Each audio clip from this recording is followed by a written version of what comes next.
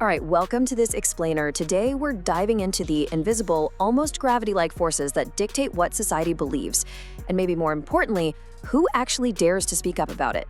We all have to think our opinions are 100% our own, right? But beneath the surface, there's this massive, complex psychological and historical machinery at work, literally shaping the public mind. Okay, let's dive right into this. Blaise Pascal, the 17th century philosopher, once called public opinion the queen of the world. And honestly, just think about the sheer power behind that realization. I mean, way before we had mass media, way before the internet, great thinkers recognized there is a reigning monarch over human behavior. And it's not a king, it's not a government, it's the collective judgment of the people around us. So, what exactly is this reigning monarch? Formally, public opinion is just the aggregate of individual attitudes held by adult populations on matters that affect them. But its impact goes way, way beyond just polls and surveys. Another 17th century philosopher, John Locke, actually argued that humanity is subject to three laws: divine law, civil law, and the law of opinion or reputation. And Locke thought this law of opinion might just be the most powerful of all the laws, because it literally forces people to conform their behavior to social norms. Think about it for a second. Just the sheer fear of being disliked by others is usually enough to change how you behave. To really grasp how this works, here's our roadmap for today. We'll start with what public opinion actually is, then look at the birth of the public sphere, how we shape the hive mind, the spiral of silence, and finally, the digital megaphone. All right, part one. What is public opinion? Defining a Proteus. Now, what's really interesting about public opinion is that historians actually call it a shape-shifting Proteus. It appears in 1,000 different forms. Historically, we tend to view it in two vastly different ways. On one side, we have the ideal, rationality. An enlightened public actively participating in political processes through conscious, rational debate. Sounds great, right? But then on the flip side, we have a darker, more realistic concept: social control. This idea suggests that public opinion is basically just the set of opinions a person can express without risking social isolation or sanctions. And as you'll see, it's this darker social control aspect that actually governs a massive amount of human behavior. Moving on to part two, birth of the public sphere, finding the public voice. So how did we actually start forming collective opinions in the first place? If we look at the historical timeline, it's a pretty fascinating evolution. The real prerequisites here were rising literacy rates and the printing press. By the mid-17th century, London coffeehouses became absolute game changers. They were these amazing social levelers, open to all men regardless of status, where business was done and news was swapped. Then, in the 18th century, these evolved into gentlemen's clubs, which were highly politicized hubs of influence.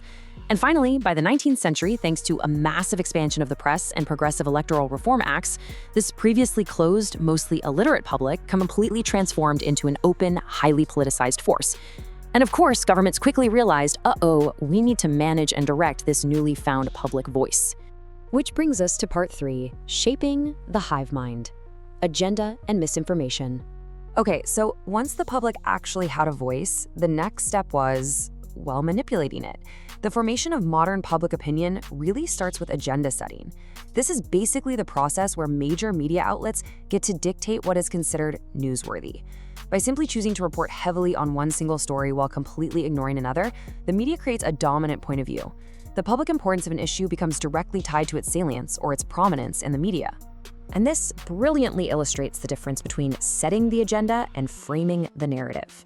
While agenda setting acts like a magnifying glass, deciding what we should focus on, framing is the picture frame around it, deciding how we talk about it to sway attitudes. Let's say a political candidate voted to raise a specific tax. A neutrally framed headline might just say, "Candidate votes on tax bill." But a heavily framed headline, that might read, "Candidate doesn't care about the middle class." It's literally the exact same event, but the framing tells the audience exactly how they're supposed to feel about it.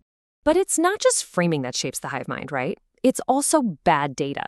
Political scientist Jennifer Hochschild identifies two specific types of misinformation that really infect public opinion. Check out the difference here. The inactive informed are folks who actually know the correct information, but they consciously choose to just ignore it.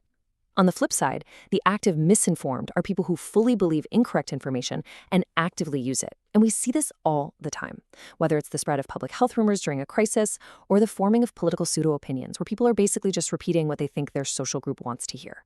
All right, part four, the spiral of silence. Why we self-censor. So here's the major twist. Back in 1974, political scientist Elizabeth Noel Neumann proposed that to protect ourselves, we all possess what she called a quasi-statistical organ. Now, don't worry, this isn't a physical body part. It's more of a psychological sixth sense. Basically, we are all constantly unconsciously scanning our social environment to assess the distribution of viewpoints. We're always trying to figure out which opinions are gaining ground and which ones are losing favor. And we do this all to protect ourselves from stepping out of line. Let's see how this builds into the actual spiral model. Step 1. Our inherent fear of social isolation triggers that environmental scanning we just talked about. Step 2. An individual notices, hey, my personal opinion doesn't conform to the majority and it's losing ground. Step 3. To avoid being ostracized, this perceived minority voluntarily goes completely silent. And finally, step 4. Because the minority is silent, the representatives of the perceived majority seem to be the absolute only ones talking. This creates a massive snowball effect, making the majority appear much, much stronger than it actually is, which pushes even more people to fall silent. And this silence creates a really dangerous false consensus known as pluralistic ignorance. It's basically a tragic collective illusion. Group members might privately reject a norm entirely, but they falsely assume everyone else accepts it, so they just go along with it anyway. This actually ties directly back to the famous Asch conformity experiments from the 1950s, where subjects would agree with the group about the length of a line, even when they could plainly see the group was wrong. The sheer fear of social isolation is literally strong enough to override our own eyes and our own better judgment. Now, you might be wondering, does this only happen in certain cultures? Well, cross-cultural studies show it's a global phenomenon, just with slightly different triggers. Researcher Huiping Huang tested this by comparing the United States, an individualistic culture that prioritizes the I identity, with Taiwan, a collectivistic culture prioritizing the we identity. The going hypothesis was that Americans wouldn't self-censor, but remarkably, the study revealed that while collectivist cultures absolutely silence themselves to preserve social harmony, individualistic cultures also heavily self-censor. It turns out we often silence ourselves due to a lack of self-efficacy, basically feeling that speaking up simply isn't going to make a difference anyway. So, how in the world is this spiral ever broken? Well, the theory accounts for this through the hardcore nonconformist. Think of the whistleblowers or the avant-garde throughout history. These are the hardcore nonconformists who have absolutely nothing left to lose. They're a vocal minority who defy the threat of isolation.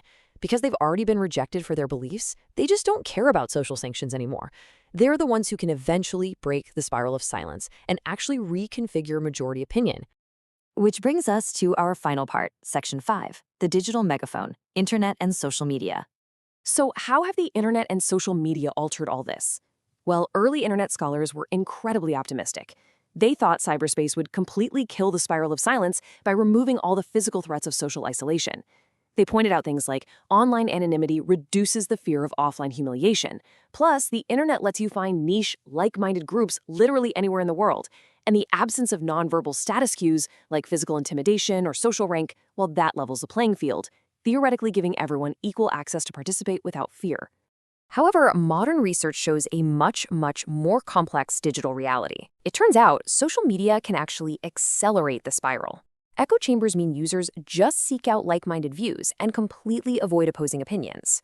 On top of that, algorithms and social bots can artificially inflate opinions. We saw this heavily documented in research around the 2016 US presidential election and the 2017 French election, where a relatively small number of bots successfully triggered false spirals of silence just by making a minority opinion look dominant. And finally, severe online backlash can be just as isolating as offline rejection. It causes users to aggressively self-censor their political or social posts just to avoid the digital mob. So, the crucial point here is this. We are more connected today than ever before, yet the ancient psychological law of opinion still absolutely governs us. In an age of endless digital connection, it's really worth asking yourself, are you truly speaking your mind, or are you just echoing the spiral? Thanks for joining me for this explainer. Stay curious, stay thoughtful, and I'll catch you in the next one.